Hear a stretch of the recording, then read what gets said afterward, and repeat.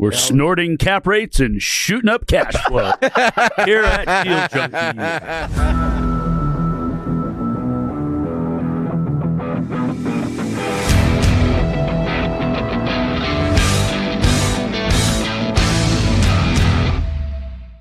Welcome back to Deal Junkies. It's just Dane in the studio today. I know, a blessing for you to hear. I'm here with Erik Nielson. He's an investor that's also 26 years old. We met at a meetup, a mastermind up in Washington, where a bunch of real estate investors who were actually doing stuff got together and kind of learned more about themselves and then learned how to be better investors. But Erik and I really connected there, and so we stayed in contact, and now we are in Belgium together. Like 10 months later, I think. Yeah. Erik, we're excited to have you on. Thank you for having me, Dane. Well, I'm excited. Erik started investing, how old were you? 22? I was probably about a year out of college, year and a half out of college. So, yeah, about 22. What got you into it? I started in private equity and realized that the analyst life was not for me. And so I started talking to a mentor of mine. He was just an alumni from my school. I went to Whitman College up in Walla Walla, Washington. And I was talking to him thinking, I think I want to do real estate. And once he knew I was serious, he introduced me to my current business partner, Jan. And the rest is history, as they say.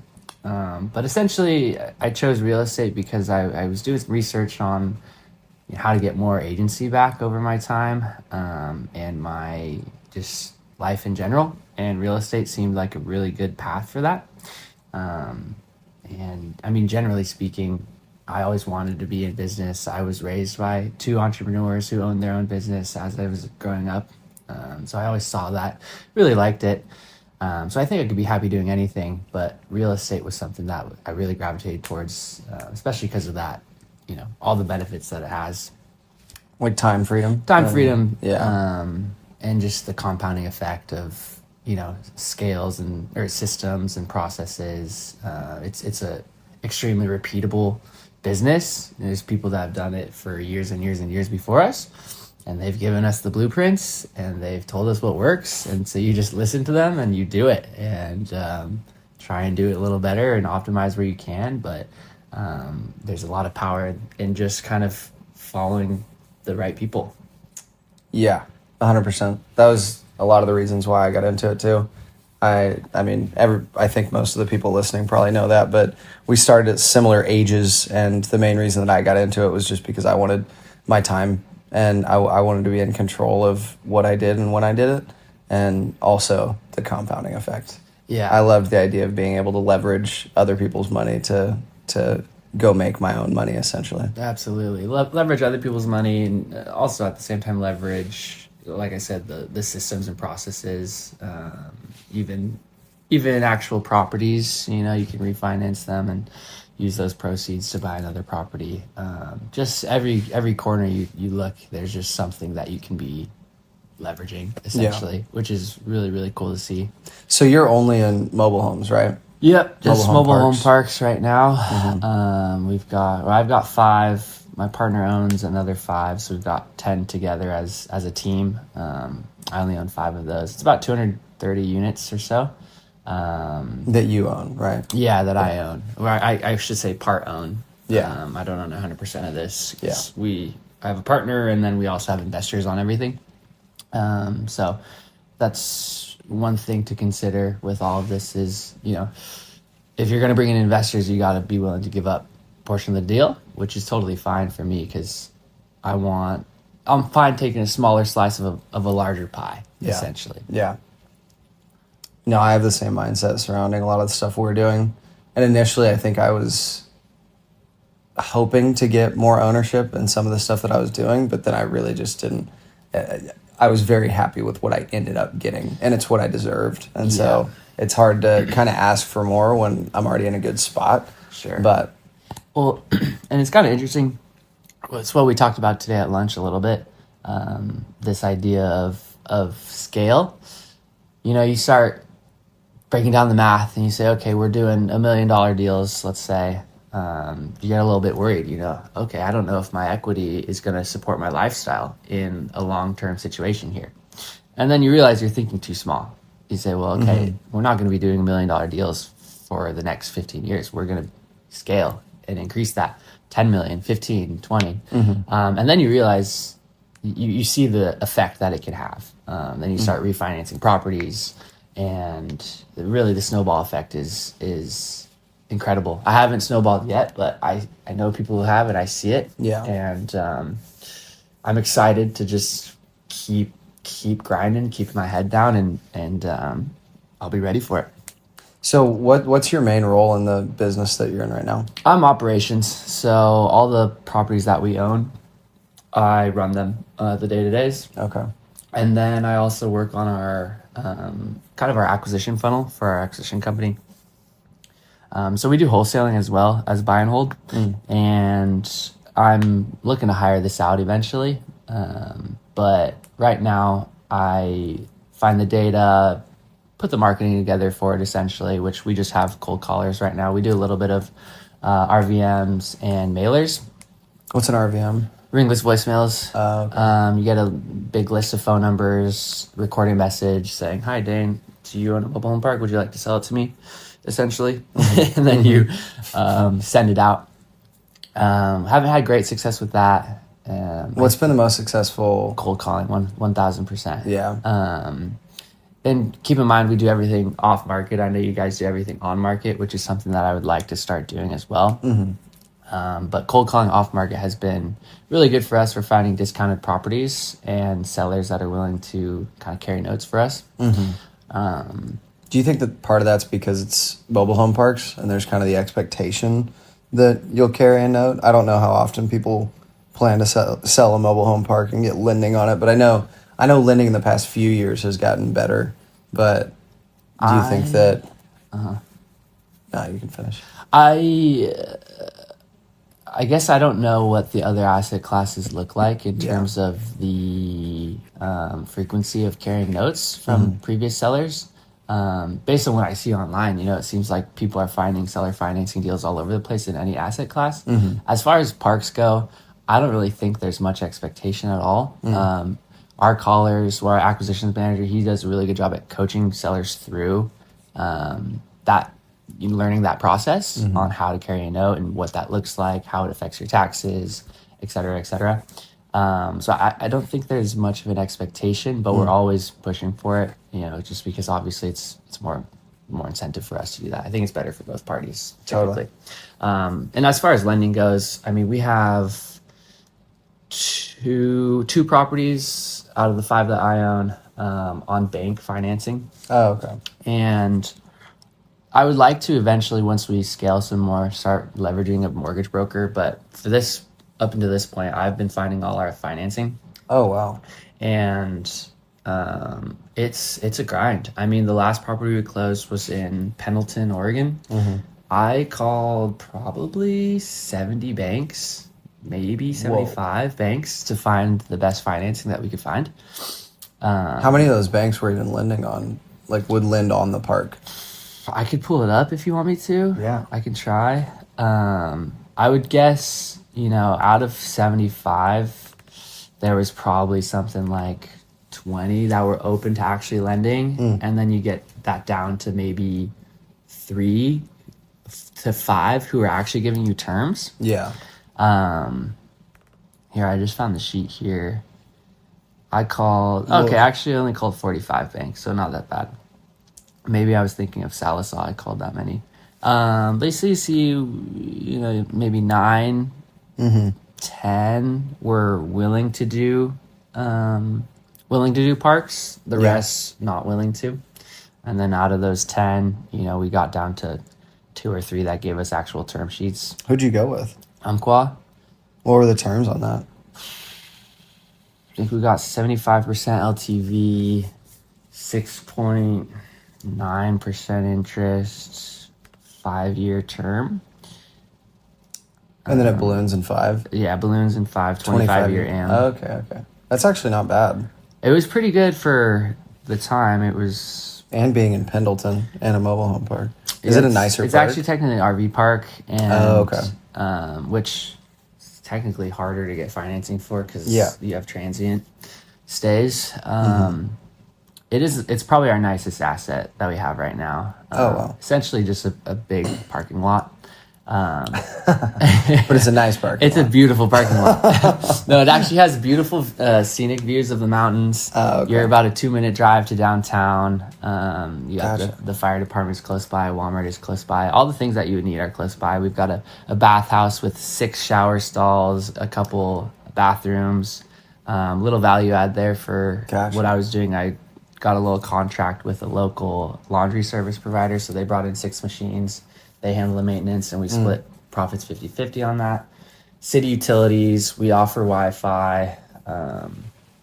It's a great asset so far. Yeah, that's awesome. When did you guys buy that? We bought that February 4th, I believe. Okay. And then how'd you find that one? That was just a little pocket dealing. My partner is pretty active in the real estate community. Okay. And there was this younger guy, I think he was actually a year or two below us, younger than us. He inherited the park, I believe, or his wife did. And they did not like running it. They weren't doing a good job. And so Sounds right. Called my business partner, and we got it at a great price, and to praise for 50% over what we bought it for, which was great.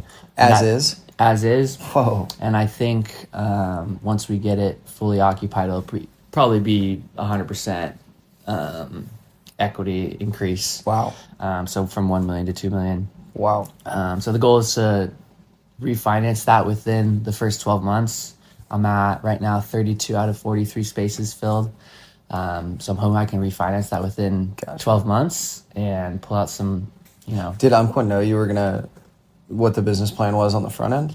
A little bit, yeah. Okay. Our lender's pretty aware of the commercial real estate dealings. That she's been in the business for 20 years or so she gets it.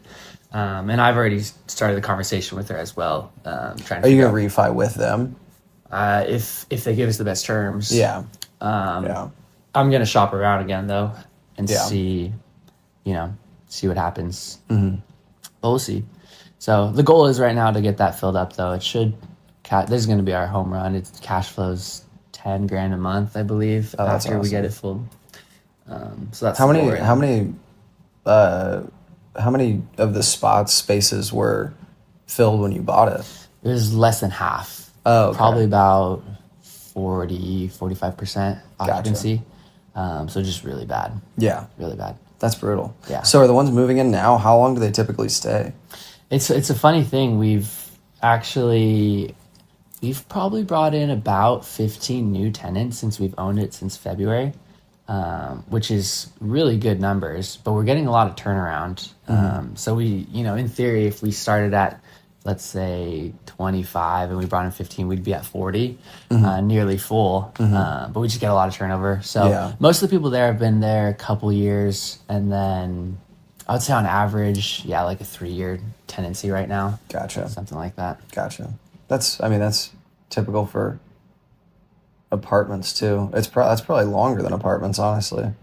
I would imagine. Depending on the size of apartment, I don't really know. Yeah, I think a lot of thing with apartments, as I understand, is people just outgrow them. They start families and get dogs and kids, and so you go from a 1 to a 2, 2 to a 3, 3 to a house kind of thing. Yeah.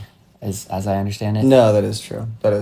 It's probably still around 3 years. Okay. But that gets heavily skewed by the super long-term tenants. Sure. Because we'll have people that are there for 20 years. I Right. mean, we don't frequently have that, but we take over a lot of properties that have that. Really? Just dilapidated properties that the seller's been pretty uninvolved with and not maintained. Not always slumlords. That term's used pretty loosely a lot of times. I agree. But just kind of tired owners who don't want to do anything with the property, so they don't raise rents, so people stay. Right. Especially over the last 5 years when you needed to and people didn't, then, if you had a tenant that was already in there for 10 years, they weren't moving out. So now Right. we're buying stuff with people who've been there for 10 or 15 years. That's pretty cool. That's awesome. Are you guys seeing a lot of move outs after acquisition? Yeah, it depends. It varies a lot by property Uh-huh. because it depends on what the highest like rent we can achieve is, essentially. Right. And a lot of those people are in like really rundown units, and Yeah. it might not have been turned very well on the front end, Uh-huh. and then it's gotten in a whole lot worse shape since they've lived there. On the flip side of the coin, though, there's some people who have taken really good care of their units, and you can just kind of tell it's old, Right. but they've maintained it really well. And so with people like that, we want them to stay. Oh, I mean, 100%. there's no sense in getting them out of there as long as we can kind of have the conversation of meeting in the middle on rent, essentially. Sure. Yeah, and so that's a hard one to have in Oregon, obviously, because of rent control. But there's still the opportunity. And somebody had mentioned doing this in Washington, just having a conversation with all their tenants and re-signing a new lease. And so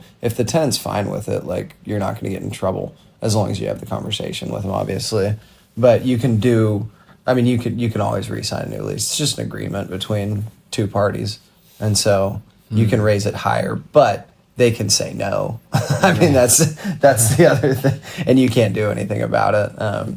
Unless you have a legal reason to evict them. Sure, you have to have a really solid understanding of never split the difference there to have, have that conversation. Yeah, no question. I do wonder about that though. Well, it's probably it absolutely is different for multifamily, but for parks, even if somebody moves out in Washington, you can't raise that spot more than 10%. Yeah, that's what you're saying. That's what we had just heard. How long has that been in place for? I honestly am not sure. Okay. But the new 5% emergency bill, I suppose, just went into effect like That's month the one ago, I was talking 2 months about. ago. So what is that one?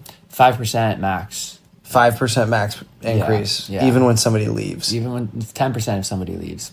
10% if they leave, 5% a year otherwise. Yeah, right. So Jeez. then you run into the issue. We're under contracts on a couple parks right now. One is in Ward in Washington, 24 pad. And we own a property. We own probably 4 or 5 properties in that area. And so we have a really good understanding of market rents. It's essentially $550, $600. This lady's at $225. Jeez. And so she's never going to get to market. Yeah. You can't. And you can't. Yeah. You just absolutely can't. Yeah. And so that's... So there's no exceptions to that rule, though? There potentially is. So we spoke to the attorney who was really close with the bill that went into effect. Gotcha. He was actually lobbying against it because, the bill is... No need to get political, but it depends who you ask. It's hurting the people that are actually providing the housing. Making it harder for them to provide good housing. Yeah. But he essentially said there's nothing you can do. And we just actually spoke to a broker in Washington who doesn't believe that. Her attorney says you can do a one-time exception. If a tenant is selling their home to another tenant, you can give an exception to that new tenant and raise the rent to market or whatever you think is fair. I haven't read the actual legislation yet, which I plan to do. I have the notice in my email. But so I don't know. I don't know. So if a tenant sells to another tenant, could you do it if you bought the house? That's something we're playing around with, potentially buy a home on a note from a tenant. Yeah. And then arbitrage it and rent to own it to somebody else. Sure. With a higher lot rent and then you also, you get the discrepancy in your loan payment, I suppose, in the payment that's coming into you. Yeah. So that's an option as well. It's just, honestly, I don't know if we have the manpower for that. That seems like a lot of effort. It's a huge lift. But there's also something to consider where it's not everyone is going to want to even sell their home. You know, I would guess maybe 5 to 10% of people would actually want to sell their home on a note at this exact moment. So it would be a process that would take a couple of years for sure. Yeah. So kind of just weighing those. You couldn't really go into a purchase with that as like a strategy. Could not. Yeah, you couldn't. Yeah. It's too hard to. It's not too many predictable. variables. Yeah, you can't force it. Right. Yeah, right. you can't. That's You not. can't You say, can't have okay, a business plan for that. Right. Okay. Sally and Jeff are going to sell us their home. Yeah. It's just not going to work like that. Yeah. How hard is it to get tenants in both mobile homes and RVs? I guess those are probably different questions. Yeah, different questions. So what about mobile homes? Mobile homes harder, obviously. Yeah. A lot of the times you'll see, I mean, if someone's not able to pay their rent, they're not able to spend the money to transport a mobile home somewhere. Yeah. And then spend the money to set it up there and start paying rent in a new place. So most of the times people just leave their homes. Then you file abandoned paperwork, and after, depending on the state, but after 30 or 45 days, it becomes your possession, your property, and then you get to decide what to do with it. Whoa. If it can be salvaged, you'll fix it up and sell it. We've done that a couple times. Other times it's just such a mess that it's an eyesore. You have to get rid of it. Yeah. Which is not a cheap thing. Yeah. There's I actually wouldn't a think so. lot of material in a mobile home. Huh. I mean, it costs, we had a park in Wisconsin that we sold. It costs like $5, $6, $7 to just demo and remove a home. Wow. Yeah. How often do you have to do that? I haven't done it very much. Honestly, okay. Just a few times. Gotcha. And then just a few times for demoing. I actually haven't had to do that many evictions, luckily. Because I think we hire pretty good managers that are good at working with people. Do you have an on-site at every property? Not at every property, no. Okay. Let's see. Yeah, 3 out of actually only 2 properties have on-sites. The rest have owners within a 10-minute drive. Gotcha. Which tends to be enough, and they're hands-on enough where it doesn't really seem to have any serious impact in terms of having an on-site doing better than not on-sites. To me, it seems like it's about the same. Yeah. Quality of work and quality of tenant happiness. Placement. Yeah. How hard is it to place tenants? Especially so in the event that, like, when you have to tear a home down, are you guys putting a new home there, or are you finding somebody who wants to put a home there? It kind of depends. Okay. It kind of depends. A lot of the times, if we'll remove a home, we try and fill it with an RV spot because it's so much easier. Huh. But in some cases, people don't. It depends who you're selling that to. Some people might not want that because of the transient nature of it. Sure. Other properties, we'll just do mobile homes. We'll find a used one, or we'll convince someone to bring in their own home. It is a lot harder though with mobile homes. RVs pretty much just comes down. I run our Google ads, our SEO and stuff like that. Kind of just comes down to marketing for RV parks. Yeah. And doing enough marketing to get people in the door, essentially. Yeah, that makes sense. Do you have any short-term stay RV parks? Yeah, the one in Pendleton has short-term. Actually, we have 2. Okay. I have a property in Pendleton that offers short terms, and a property in Beeville, Texas that offers short terms. Essentially, Beeville, is that outside Texas. of Corpus Christi? Yeah, it is actually. It's 45 minutes so away. Funny. You're familiar? Yeah. That's funny. Where did you live, close? I was in Houston. Okay, gotcha. Yeah. So was that it's an hour? Like an hour and a half. Yeah. Yeah, so super random. That's the middle of nowhere. Yeah, completely in the middle of nowhere. Honestly, probably I don't know. We'll see.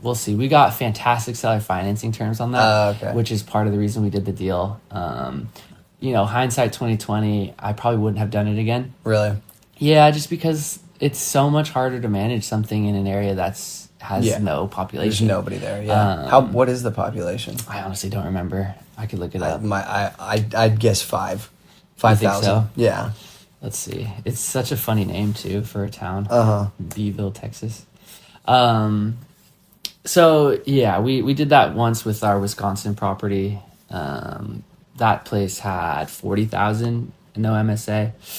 It's just hard to find people to rent to. Yeah. It's hard to find contractors. It's hard to find managers in places like that. Everything's harder. Everything's harder. So 13,000 people in Beeville. Oh man. No MSA.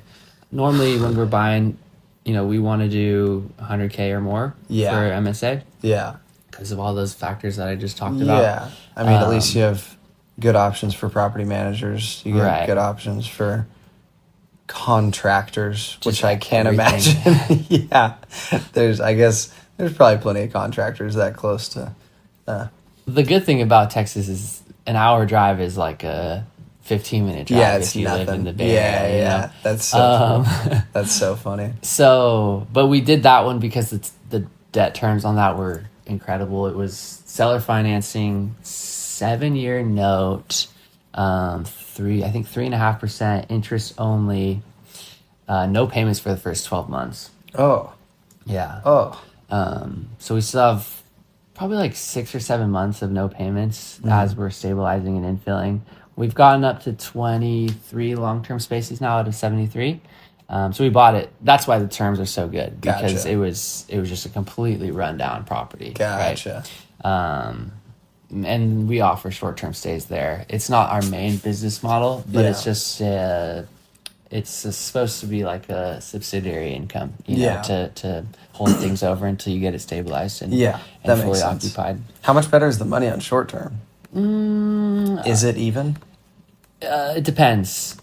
In our Pendleton property, it is. You know, because you'll get someone staying for, let's say, a week costs, you know, $250, let's say, and the rent there is $550. So you know, if you have someone staying for 4 weeks, in theory, you're getting you know, a whole lot more. A whole lot more. Double. Yeah, exactly. Yeah. No, that makes sense. So it really depends. But the thing about that is there's more operational headaches. More oversight that's needed. You have people coming in and disturbing the long-term tenants. It's not as consistent revenue. So it's just a means to an end. Yeah, that makes sense.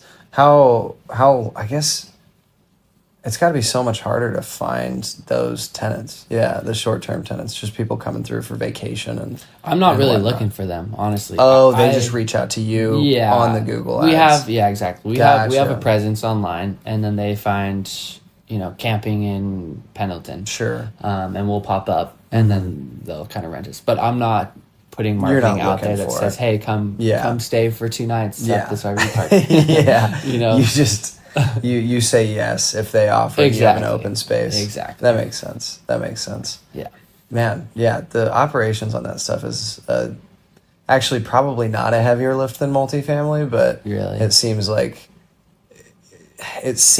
it just because you're doing it in so many different places. You're right. And so it's like you're setting a new footprint every time you. For us now, it's just like everything we buy, it's just plug and play essentially. Because we're not really buying outside of the markets we live in. And so that's probably why this seems like, because all I have to do is call us or send an email to our property manager and say, hey, here's the address, here's the leases, here's the yada, yada, yada. And then they can onboard a property. They like to have probably 30 days notice to get a property onboarded. And they have a good list of questions for us. But like outside of that, I mean, we are all totally hands off. And then we get an email like once every 2 weeks or once a month that says, hey, here's what we need from you. But that's very nice. It's hard to deal with parks just because there's not as many. No, that makes sense. And we're trying to, SMI being weird, SMI is trying to start managing parks, but I just don't know that. Maybe it is harder because I don't know that it's like their niche. It seems like it would be very similar, but it sounds like it's different enough based on what I'm hearing from Gabe on it that like it doesn't really make sense to go into the space, at least right now. I mean, I think we've talked about this before in terms of just where to put your focus and energy. Yeah. You know, I think if something's working, just keep going 110% in that direction. You know, because I have the same feeling as well. Like, well, why don't we try this? Why don't we try that? But just keep doing what's working. I mean, I think both are going to suck in their own ways. Both are going to be great in their own ways. You're not going to change that. For me, what I've seen with like multifamily, at least it depends. I think the level of difficulty for operating changes based on the amenities that you offer, it seems like. But with parks, I don't think there's as much scale with that. You know, you can add like a pool and have like a event center and stuff like that. But I don't know. It seems like multifamily operations would be harder. But I mean, I certainly think it can be from the lens of how bad did the guy before you do. I think when you take over like a new construction property, I would say the worst of the worst for multifamily is probably a lot harder than the worst for mobile home parks, just because like the worst is really only going to be a few of the pads in my mind. Whereas like if you buy like a rundown 50 unit apartment complex, the whole thing's run down. Right, There's right. nothing about it that's Sure. like good. You're Right. not, the roofs are all old, the siding's Right. all old, the plumbing's all old. Like, Sure. and then you have to fix all of that stuff. And it takes years Totally. to get it back into good condition. Yeah. Trevor's going through that right. Well, Trevor and Gabe are going through that right now on a portfolio that they bought from an actual slumlord who has been mentioned before, and the portfolio has been mentioned before. But it's like, they're 3 years into it now, and it's looking like it'll be stabilized in like the next 6 months. Right. Right. Which is crazy. Because they obviously could have done some stuff better on the operations side, Sure. but it's not like it was their first property. Like, they weren't new to it, Right. and obviously Gabe has done a lot of it. But yeah, it can just be incredibly difficult. I guess that is the cool. So what does like a rundown mobile home park even look like? Like, will all the pads be in bad shape, or are there still usually some tenants that have like taken good care of their homes? Yeah, it really depends. I would say there's always going to be one or two homes in the park that people take pride in ownership. They don't want to live in a dump, and but there's also a lot of parks that have just completely run down homes, bad utility infrastructure. Really, what it comes down to for parks is because you're just owning land essentially. Yeah. Unless obviously there's a caveat if you're buying a park-owned home structure, which we try to avoid. But really, you're just buying land. So run down means the utilities are shot in some way and the roads are bad. Those are essentially it. The two main things. Yeah, the two main things. Yeah. And then you have the issue of your homes. Do you own them, or do the tenants own them? Yeah. How do they? Why do you guys try to not own them? Because then you don't have that overhead of maintenance. Yeah. There's a lot of discrepancy in the industry. Yeah. A lot of mom and pop owners say, "Look, I'm getting $1,000 for this home. I'm making a ton of money on this." Yeah. But they own it. Yeah. And so they don't count that their expenses are much higher. Yeah. And banks don't capitalize that income generated from the home, only income generated from the land. So only really? lot rent. Yeah. So they're saying, look, I'm getting all this extra revenue. And we're like, okay, yeah, we see that. But the bank doesn't really count that. I didn't realize some that. might. Okay. Yeah, some might. But generally speaking, they don't do that. So you have higher expenses and then Interesting. more responsibility. So the bank really just feels like the bank is just trying to finance the land. Yeah, All they essentially. want to do is finance the road and the utilities as well. Basically, and the revenue that's Yeah, generated. and the exactly. revenue that brings in. Yeah. I didn't realize that. That actually does make. It makes sense though. I'm sure there's some, if the whole park is park owned, that count it, especially if they're nicer homes. Sure. But I've also seen some lenders that maybe are wanting to get into the park space in terms of lending, and so they're not as experienced, and they are willing to lend on it because they just don't know as much as other lenders. like more private, or just like smaller banks and credit unions type thing. I've seen a lot of like credit unions doing that, I think. Yeah, that makes sense. So, yeah, I'm not 100% sure, but kind of an interesting little thing. Yeah, that's super weird. I didn't realize that. But that makes it, that makes sense why it's so hard to get financing on parks. Right, and then you try and explain that to a mom and pop owner. Yeah. Who thinks they Making are making more money. They are Yeah, making yeah. more money. Yeah. It's in theory. Yeah. But so that's a interesting conversation to be having. Well, do the mobile home parks that have park-owned homes sell for a lot more? That's the thing.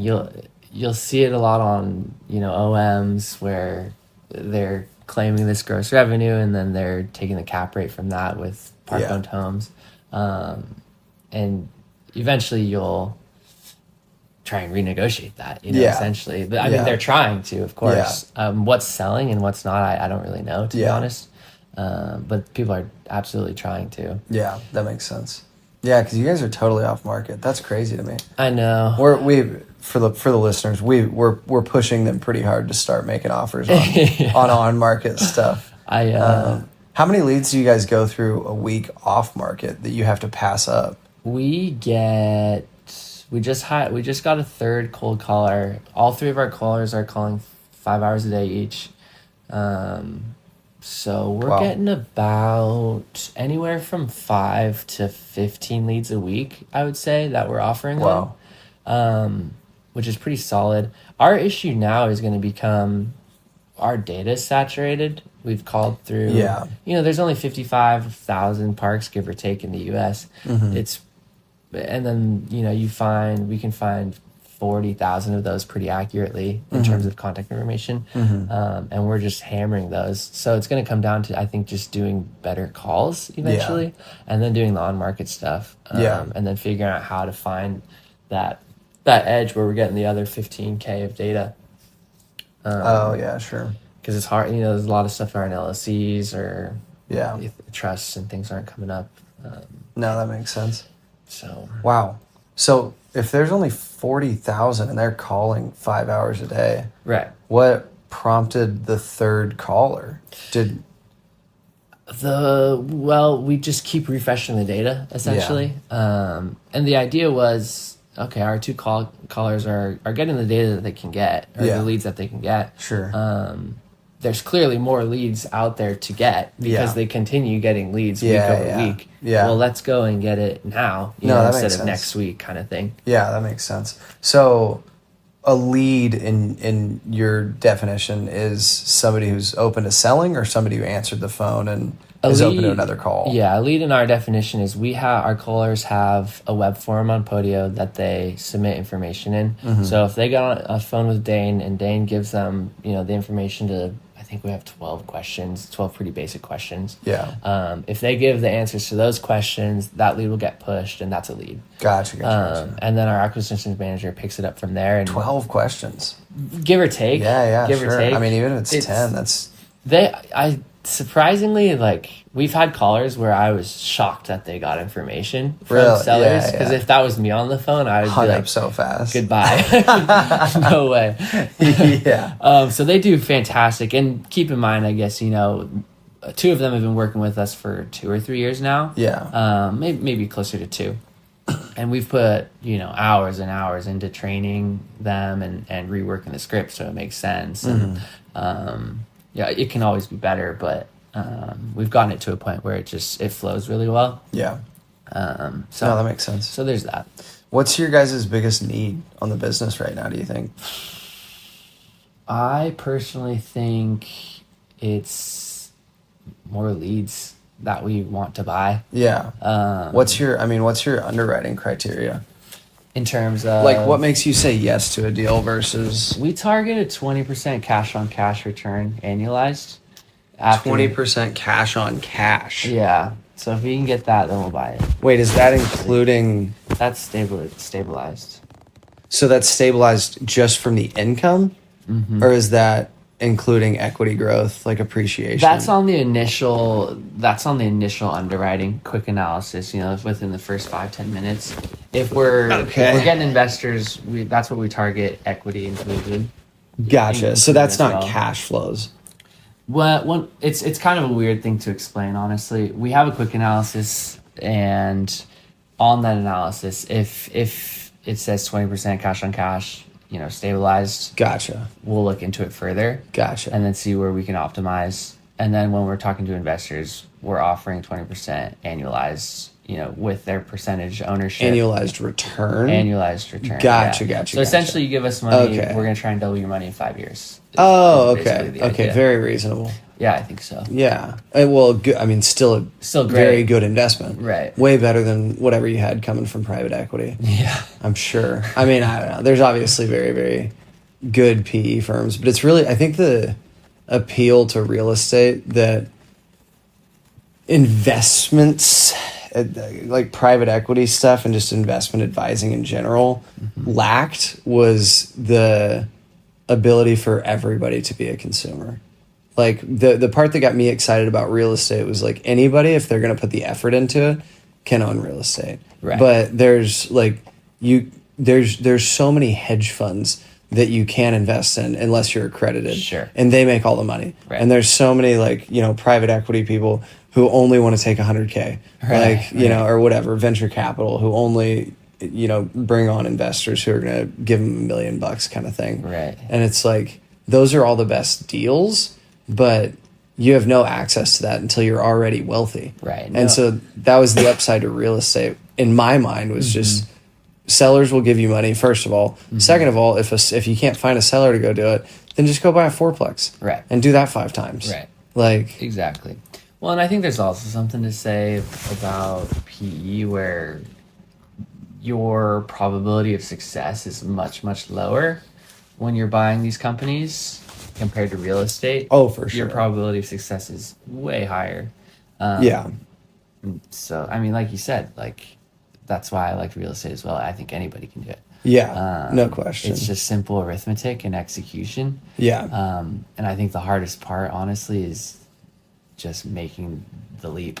Yeah. Like realizing that you can do it and not being afraid, and you're gonna mess up, of course, and that's okay. And you gotta just, as long as you keep moving forward, it's fine. Yeah. You know? It'll work out at some point. Yeah. You just can't quit. Exactly. That's the only way you can lose, is if you quit. Yeah. We talk about that pretty often. We do. Yeah. I think to the PE point too, the easy stuff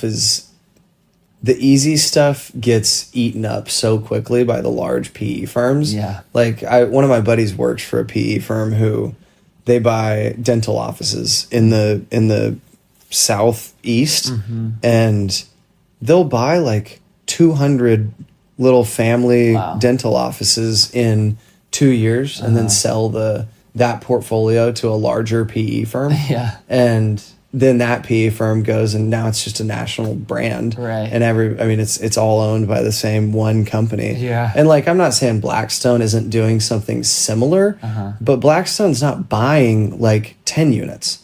Right. They're not buying like 10 unit apartment complexes and 20 unit apartment complexes, or like $2 million mobile home parks. Right. Whereas like, and maybe they'll buy a portfolio of a bunch of those, but the operational piece of it is a nightmare.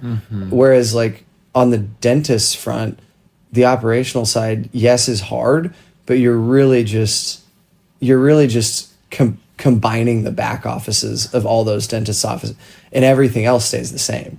All the dentists stay in place, all the dental assistants stay there, like the receptionist stays there. Yeah. But now you have external accounting, you have all the same systems that they're using, and so it's just optimized, so you're increasing the revenue or not the revenue, but the actual profit on the business by so much, and you can do that infinitely. Sure. But on real estate, I don't know that there's large firms that are buying like sub institutional assets, so anything like under 10 million. Sure. Right.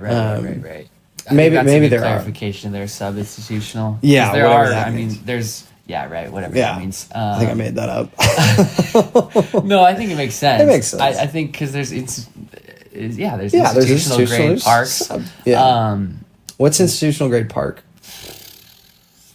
I would say anything over 100 pads with concrete paved roads. Yeah.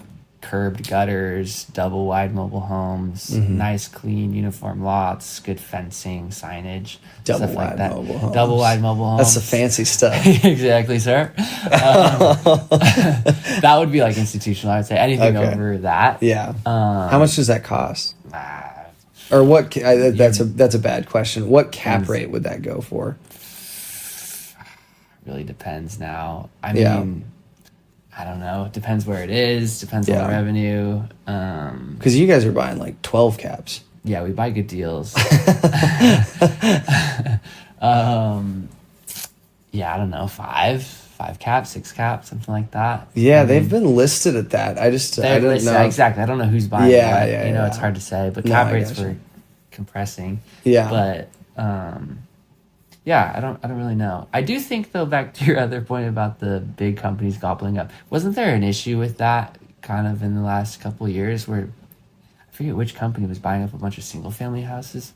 Oh, I mean, know- BlackRock's definitely buying a lot of them. Right. Yeah, BlackRock acquired like hundreds of thousands of single family homes. Uh-huh. I think. Well, and to that point though, I guess as a clarification, those were, my understanding is that those were all build for rent subdivisions, and so they'll build out like in some major MSA like Houston, Dallas, Austin, Atlanta, whatever.